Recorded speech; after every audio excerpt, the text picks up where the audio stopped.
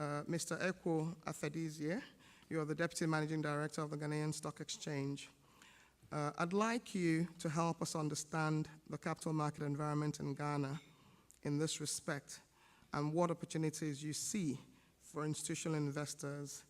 I'd like you to share a few examples on how the current Ghana transactions are being de-risked. Thank you very much, Madam Chair, and distinguished ladies and gentlemen. I bring you greetings from Ghana and also Ghana Stock Exchange.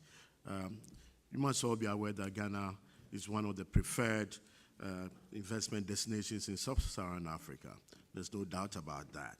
And that also reflects in the things that we do at the Stock Exchange. Like the chair said, most of our markets are very young and also still growing. Ghana Stock Exchange is just about 24 years old. It's a fledgling market, but it's been growing at a very fast pace. We've had investors making very good returns on this market over the years.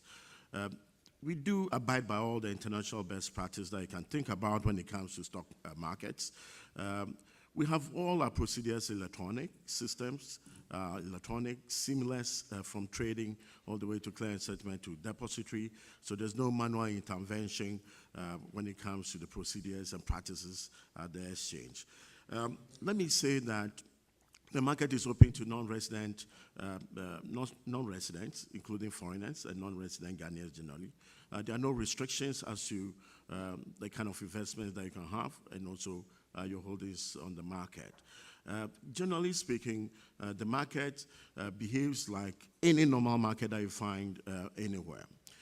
In 2014, 2013 was one of the best years when it comes to the stock exchange in Ghana. We had our composite index going up by 78%, about 55% in dollar terms, one of the best in Africa, about second best as claimed. We also had the highest value of shares traded ever on our market in our history of 24 years. The performance was largely driven by the performance of the listed companies, and there are about 3 CEOs of listed companies in Ghana here who can share with you how come they were able to drive the market the way they did last year. Then also the pension funds reforms taking place in Ghana is also creating some demand for shares. So the only challenge we have is how to increase the supply side on the market. We also did merge our 2 depositories in Ghana so that we'll have just one depository and make it a one-stop shop for both equities and government securities. So that's what we did in Ghana in 2013. Then the interesting thing we did also was to create a unique, innovative Ghana alternative market to serve the small, medium-sized companies as well as new companies coming out. So that's what happened in 2013. 2014 is quite a challenging year. We've all heard about the macroeconomic environment in Ghana, where we've had foreign currency issues, and that is also being addressed quite seriously by the government. So we've had stability in that direction as we speak. But in trying to de-risk investments in Ghana, there are many things that we've done. One, the government itself is promoting investments in Ghana, so we have various rules and regulations that make it easier for investors to invest in Ghana, for instance. Foreign exchange rules do allow full remittability of interest, dividends, and capital. And that is very key for foreign investors. Then also when it comes to the regulator side, we do have regulations to protect the investor. The Securities and Regulatory Commission abides by all the IOSCO principles. Then when it comes to the stock exchange itself, our clearing settlement rules do make sure that there's hardly any failures in the system. We do have exposure limits for brokers when they're trading. We do pre-validation so they cannot sell what you don't have.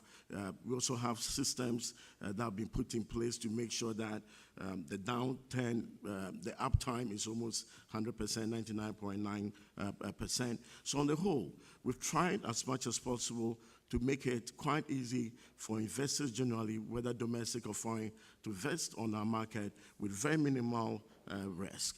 So let me pause here by saying that it's still a good investment destination when it comes to Ghana, and I urge the institutional investors here to try and invest in Ghana, especially on the Ghana Stock Exchange. Thank you very much.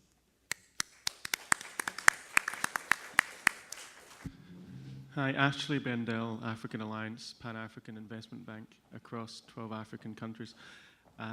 Could you talk about the integration of stock exchanges across Africa?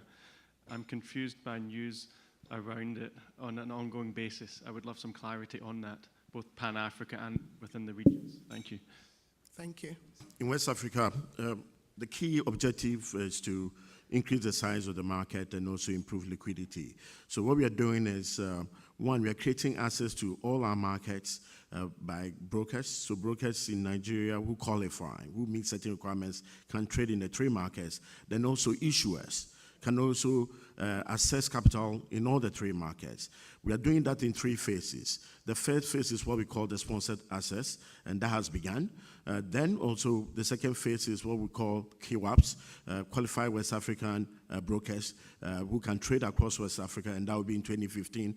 And in 2016, we'll have a virtual stock exchange where you can sit anywhere in West Africa or any part of the world and access the entire West African market, and that is what we are doing. Thank you very much. You've heard from the panelists, global best practice, world-class exchanges, high returns with ways to de-risk. GE's experience is testimony to the opportunities that exist. You've heard what's happening with integration, with also making our markets customer-friendly.